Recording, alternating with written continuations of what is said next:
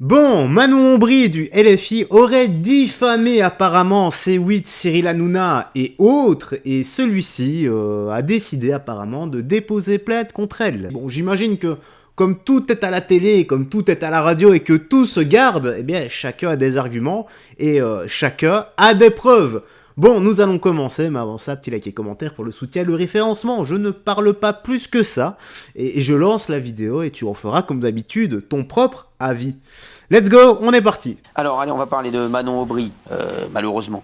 L'eurodéputé qui prend 12 000 euros par mois, hein, Manon Aubry, députée européenne. C'est le Ça mandat, commence bien. Qui paye le mieux, parce qu'ils sont indexés sur les salaires des députés allemands. Net 12 000 euros par mois pour Manon Aubry. Je crois que c'est 12 000 euros net d'impôt. Net, exactement. Donc 4 000 de frais non justifiables. 4 000 euros, avec plus 4 000 euros de frais. Ouais. Donc elle prend 16 000 euros à peu près, Manon Aubry, net par mois. Donc elle peut se permettre d'aller faire des télés et des radios pour être une fois par semaine à Strasbourg. À Strasbourg, exactement. Voilà. Donc, mais je ne l'ai jamais vu faire une proposition pour les Français sur l'insécurité, sur le pouvoir d'achat. Écoutez, elle fait des télés. Alors, elle préfère parler de nous, elle ne connaît même pas les dossiers. Elle était chez mon ami Pascal Praud ce matin sur Europe 1 et elle a échangé avec les auditeurs sur la liberté d'expression et les dérapages politiques récents. Écoutez, Manon Aubry, qui n'a l'air pas du tout concernée par les dérapages des politiques, alors qu'elle est la principale concernée, avec bien sûr ses amis de la France Insoumise, qui sont en train de réduire les hommes politiques à vraiment à des personnes aujourd'hui que plus personne ne va respecter. Parce qu'on se dit, s'ils ne respectent pas les autres, on ne va pas les respecter. Et la France Insoumise ne respecte personne. Et aujourd'hui, on le voit, ils font énormément de mal aux hommes politiques, aux autres hommes politiques, ils font énormément de mal à la gauche, ils font énormément de mal aux musulmans, sachez-le, parce qu'ils les utilisent grandement, et croyez-moi, ils en ont rien à fiche d'eux, vraiment, pour vous dire, c'est juste à des fins électorales, mais ils s'en fichent totalement des musulmans, et sachez-le, ils ne sont pas là pour les aider, bien au contraire, ils leur font plus de mal que de bien. Regardez. Monsieur Praud, ça devrait plus que vous faire de la peine. Quand vous avez des gens qui appellent à la suppression de partis politiques, ça veut dire qu'ils sont en train de tuer la démocratie. Madame Françoise, vous avez le droit de pas être d'accord avec moi. Et moi, vous voyez, je tolère tout à fait des avis différents. Mais alors elle dit ça, et derrière elle dit qu'il faut supprimer C8 au nom de la démocratie. Manon Aubry, qui est vraiment pas le couteau le plus aiguisé du tiroir, c'est pas la chips la plus croustillante du paquet. Hein. Ou le pegouet le plus glissant de la banquise. Je ne parlais pas supprimer des partis politiques, mais votre groupe a souvent demandé de supprimer une chaîne de télévision, si vous me permettez, qui s'appelle C8. Oui, parce que nous défendons des principes de démocratie fondamentaux, et les principes de démocratie, c'est à la fois de la pluralité, c'est à la fois de la tolérance, et il se trouve que... Et au nom de cette tolérance, vous voulez supprimer C8 ?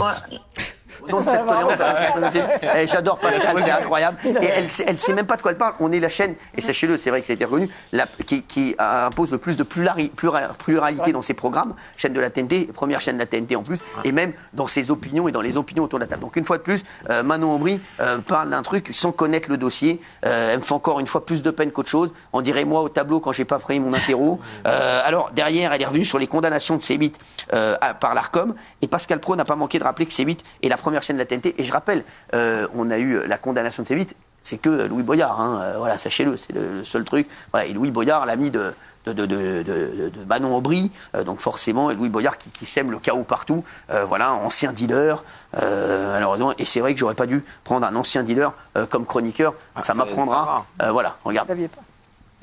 C8 a été condamné par l'Arcom, c'est pas le cas de France Télévisions, par exemple. Sauf que je vous renvoie à votre argument.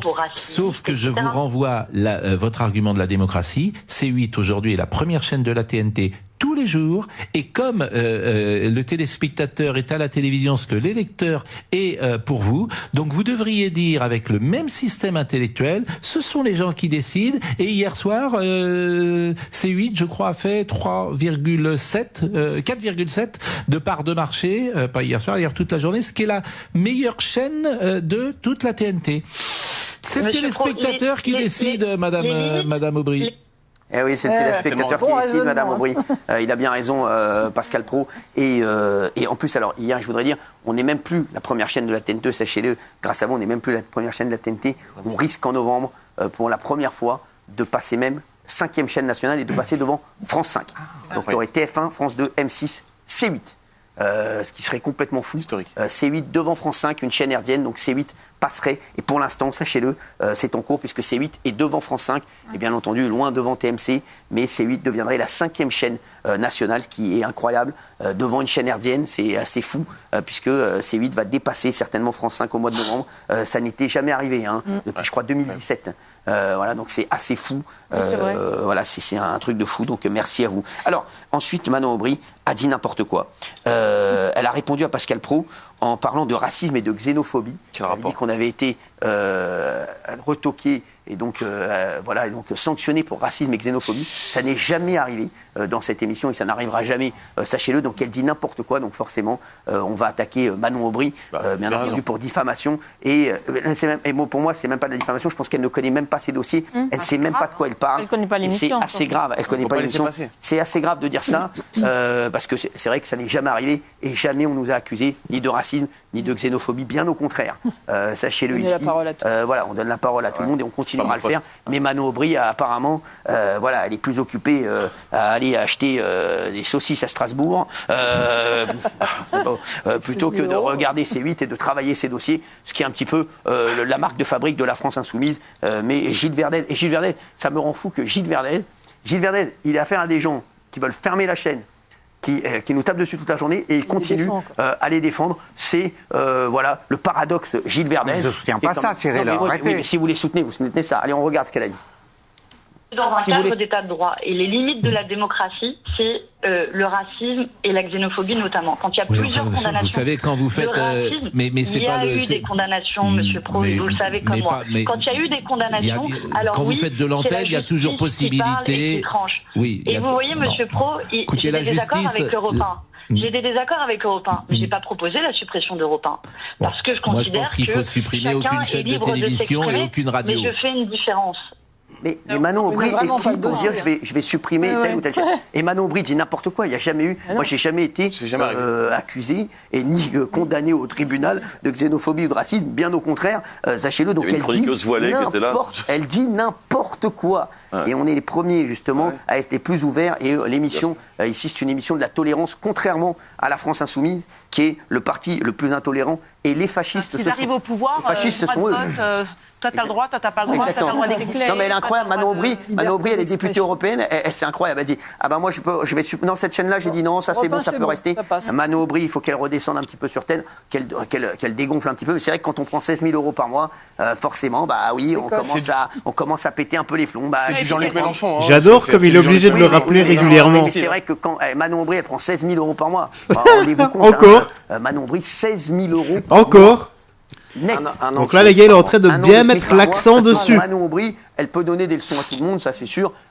C'est quand même. Et qu'elle s'émeuve de l'antisémitisme, là, de beaucoup de députés de LFI avec des tweets très border. Exactement. Eux, par contre, ils ont eu des propos largement antisémites, la France insoumise. Très problématique. Contrairement à nous, voilà. Mais c'est vrai qu'elle est quand même incroyable, oui. Mais vous savez, c'est quoi le vrai problème, je pense, avec la France insoumise, c'est qu'il y a un manque de culture. Exactement. Je pense que certains sont bêtes. Ouais, en fait, quand on voit que pendant des années, il y a eu des clashs à l'Assemblée. On a vu il y a un instant que ça a failli venir en bagarre. Et d'ailleurs, le député Modem, on l'a pas dit, mais c'est excusé, contrairement aux autres. Mais ils travaillent pas, ils sont pas bons dans les sujets. On voit Delogu, il connaît même pas son histoire. Et elle connaît rien de la télé. Louis Boyard n'a quasiment pas fait d'études. Je pense que ces gens ont un vrai problème de culture, de théorie. Alors les études, après moi aussi. Non mais d'accord, on ne juge pas. Non mais on juge pas. Ce que je dis, c'est que quand on veut servir le pays, quand on veut servir la France, il faut avoir un minimum de culture. Et là, je pense que ces gens en ont pas. Et Manon Aubry, il y a quelque temps, elle avait exprimé sa position à propos du racisme envers les Italiens.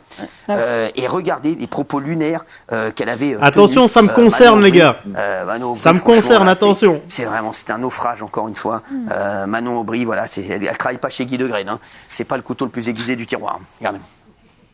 Vous n'avez aucune idée de ce qu'est le racisme qu'ils subissent. Écoutez, ma mère qui est immigrée, quand elle est arrivée en France, elle était italienne, elle s'est fait traiter de sale macaroni. Oui, et puis je pense que c'est pas vrai. Sale macaroni, c'est pas une insulte raciste. Mais non, c'est pas une insulte raciste. Ah bon? Ah bon? Ah bon? Non mais là, c'est la perte. Vous venez quand même un peu. Parce que c'est des pâtes. Elle est incroyable, elle. Non, mais Manon Aubry. Mais c'est ça le problème. Balayez devant votre porte. Mais c'est pas ça, c'est qu'ils sont. Le problème, ils connaissent pas les dossiers. Italiens ne sont pas leur clientèle. Et oui, les Italiens, c'est pas leur clientèle. Exactement. Elle a raison, Géraldine. C'est pas leur clientèle, les Italiens, donc c'est pas leurs électeurs. Gilles Verdez, c'est ça, les Italiens, c'est pas vos électeurs. Mais c'est pas.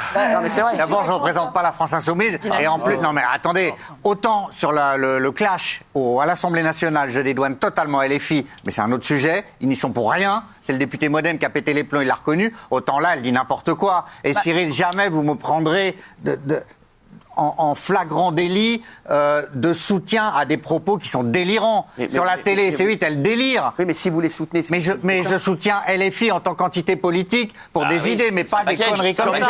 Mais non, mais je soutiens pas des conneries comme ça, Cyril. J'ai un esprit critique. Je ne soutiens pas ça. Tu soutiens un parti politique, tu ne soutiens pas une mesure contre eux, c'est un package. Mais arrêtez, j'ai un esprit critique. Quand tu mets ton militant de LFI, quand tu mets ton bulletin LFI, et tu as le droit, évidemment. Tu as le droit, tu mets ton bulletin, ça veut dire que tu soutiens leurs idées, leurs programmes. Je ne soutiens pas des conneries comme ça, arrêtez. Ça fait partie de ton programme. LFI veut vous mettre au chômage comme les 400 personnes qui travaillent sur C8. Donc Gilles Verdez, vous êtes encore une fois, c'est complètement fou d'entendre ce que dit Gilles Verdez.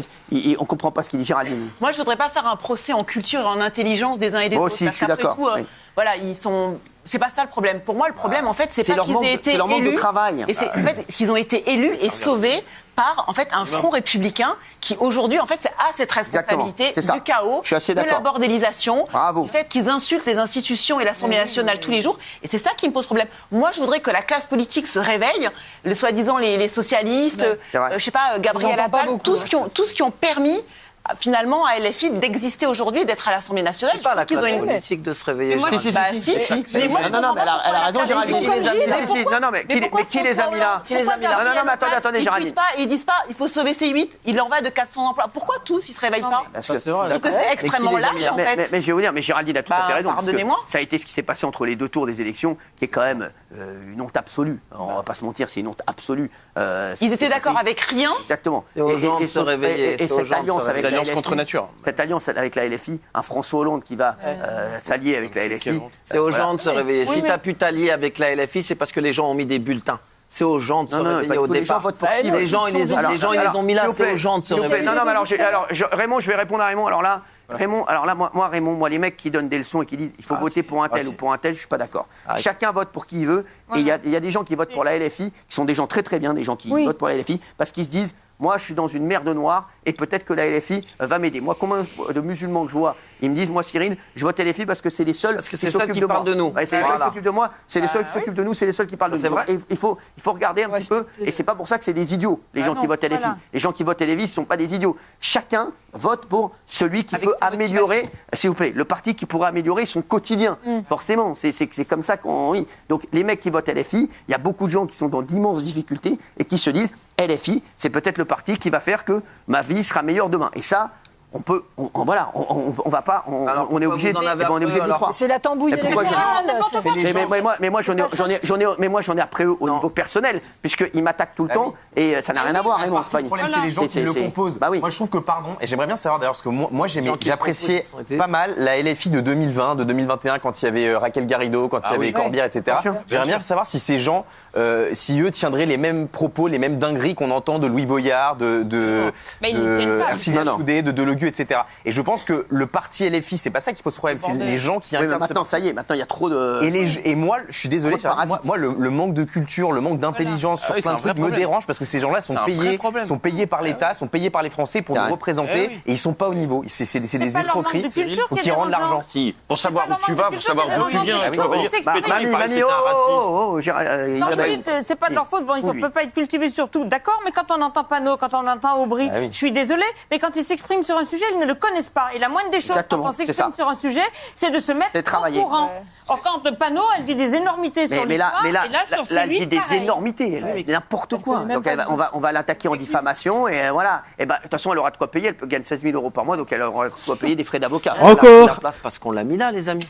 On l'a mis là, on lui a dit je te donne 16 000. Ouais, mais je connais rien. Mais c'est pas grave, vas-y, on a voté pour toi. Louis Boyard, ouais, mais je connais rien. Moi, il y a 3 jours, je vendais du shit. Mais c'est pas grave, vas-y. L'autre, je connais rien de Logu, je ne sais pas lire. Mais c'est pas grave, vas-y, on a voté pour toi. Les mecs, à un moment donné, on a voté pour ce mec-là. On a voté, ce que je suis en train de vous expliquer, c'est qu'ils sont rentrés là, pas en braquage, ils sont rentrés là par la voie de la démocratie. Si c'est 6 x 6. 48, ok, c'est bon, tu peux y aller.